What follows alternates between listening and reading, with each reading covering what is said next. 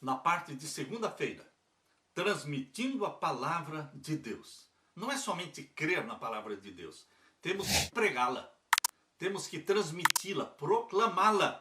Nós lemos aqui na segunda carta de Paulo aos Coríntios, capítulo 4. Segunda carta de Paulo aos Coríntios, capítulo 4, vamos ler os versos 1 até o verso 6. Leia comigo. Pelo que, tendo este ministério, segundo a misericórdia que nos foi feita, não desfalecemos.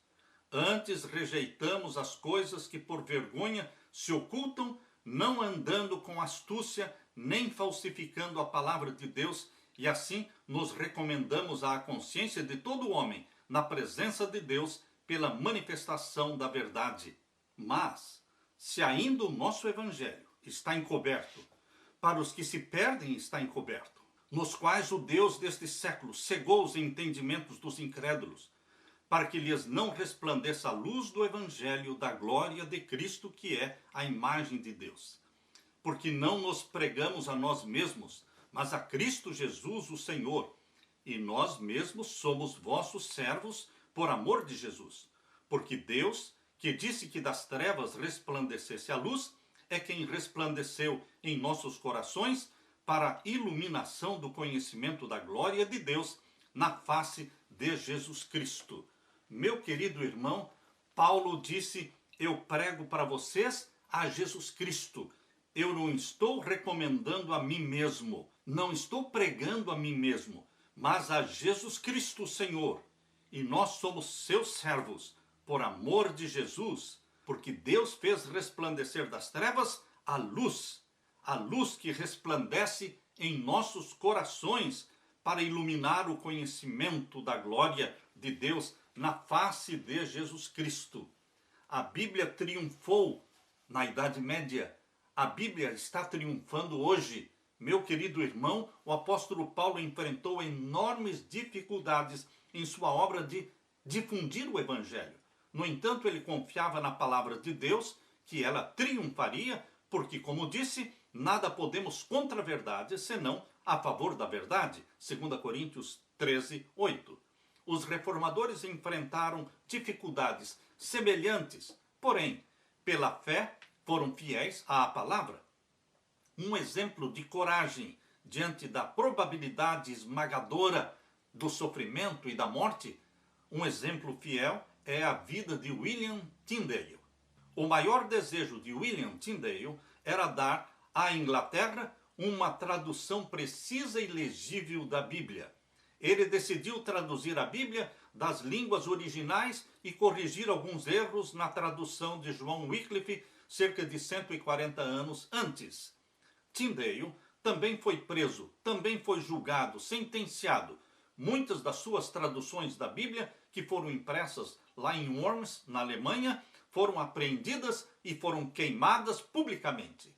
Queridos, a Bíblia era um livro proibido de se ler. Fizeram muitas fogueiras com Bíblias. O julgamento de William Tyndale ocorreu na Bélgica no ano de 1536, depois de Cristo. Ele foi condenado sob acusação de heresia e sentenciado à fogueira. Seus carrascos o estrangularam enquanto o amarravam na estaca e depois queimaram o seu corpo. Suas últimas palavras foram ditas com muito fervor. E estas foram as últimas palavras de William Tyndale. Senhor, abra os olhos do rei da Inglaterra. E Deus ouviu a oração de Tyndale. Deus abriu os olhos do rei da Inglaterra. 4 anos após a morte de William Tyndale, 4 traduções inglesas da Bíblia foram publicadas. Em 1611, a versão King James da Bíblia foi impressa. Os 54 estudiosos que realizaram o trabalho se basearam grandemente na tradução de William Tyndale para o inglês. Uma estimativa sugere que o Antigo Testamento da Bíblia, King James, de 1611, seja 76% da tradução de William Tyndale e o Novo Testamento seja 83%. Em 2011, a versão King James da Bíblia comemorou seus 400 anos de aniversário. ultrapassando a marca de 1 bilhão de Bíblias impressas e distribuídas pelo mundo. Traduzida para muitos idiomas, impactou dezenas de milhões de pessoas ao redor do mundo. O sacrifício de William Tyndale, que derramou seu sangue por amor a Jesus, foi um mártir de Jesus, valeu a pena sua morte. O seu sangue foi uma semente semeada e que produziu uma grande colheita para o reino de Jesus. Apesar das dificuldades e dos desafios, William Tyndale e seus companheiros confiavam que Deus estava no controle. A vida de Tyndale fez a diferença para a eternidade. A Bíblia triunfou. Com a prisão do Papa Pio VI em 1798, a Bíblia foi desacorrentada e foi publicada através das sociedades bíblicas que surgiram logo após a prisão papal de 1798. 6 anos depois, em 1804, a primeira sociedade bíblica do mundo, a Sociedade Bíblica da Inglaterra, difundiu e distribuiu Bíblias para o mundo todo. E logo depois, em 1816, a Sociedade Bíblica Americana, distribuindo Bíblias para o mundo todo. Hoje, a Bíblia é um best-seller.